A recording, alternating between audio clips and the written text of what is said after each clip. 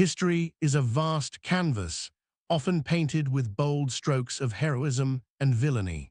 We seek to understand the figures who shaped their times, often distilling complex lives into simple narratives of good or bad.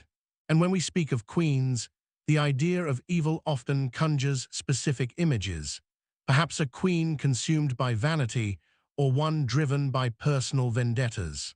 Sometimes, the figure history casts in the darkest shadows is one whose story is far more intricate, a study in the relentless pursuit of power and survival in an unforgiving world, challenging our very definitions.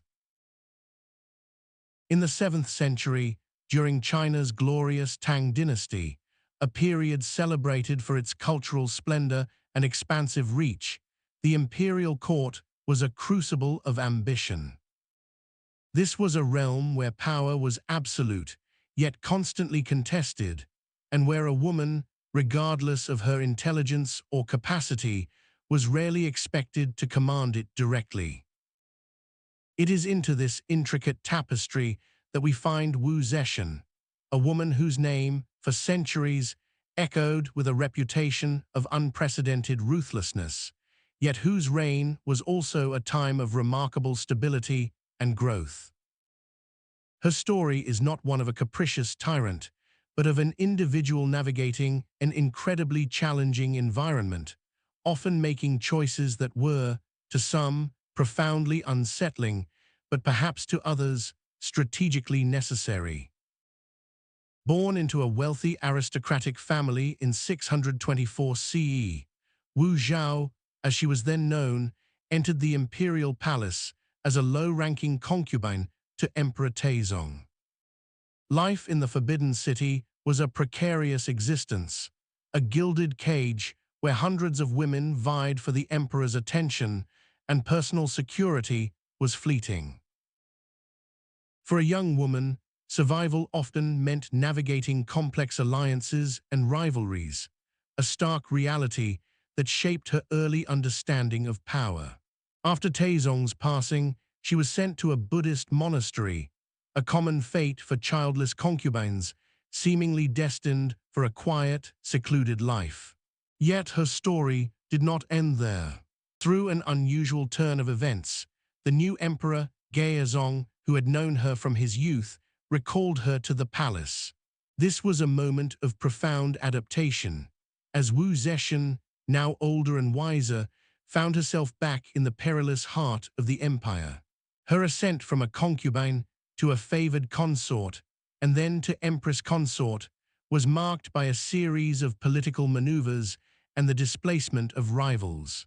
While traditional histories often depict these events with dramatic accusations of manipulation and severity, it is also important to consider the intense pressures of the imperial court.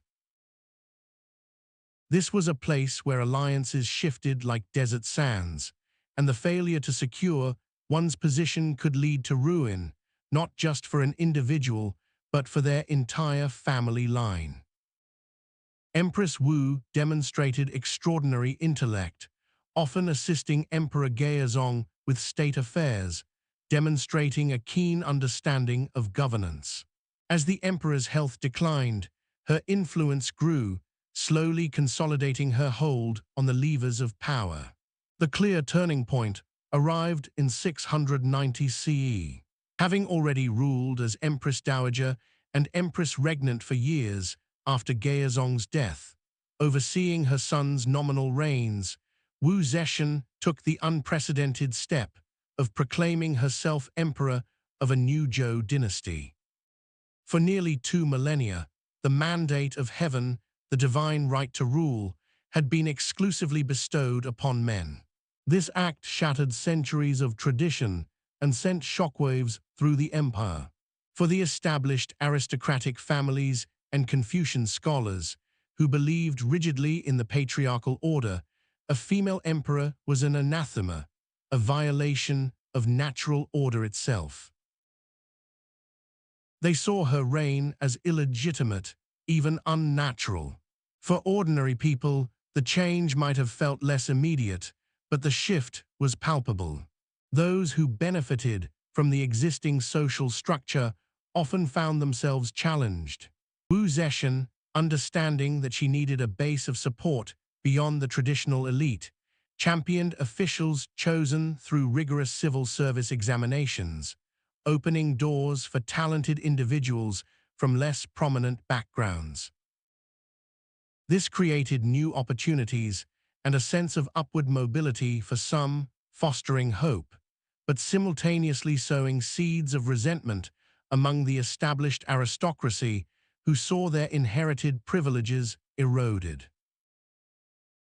Her reign also saw significant construction projects, expanded irrigation, and consolidation of the empire's borders, bringing a measure of stability and prosperity to many.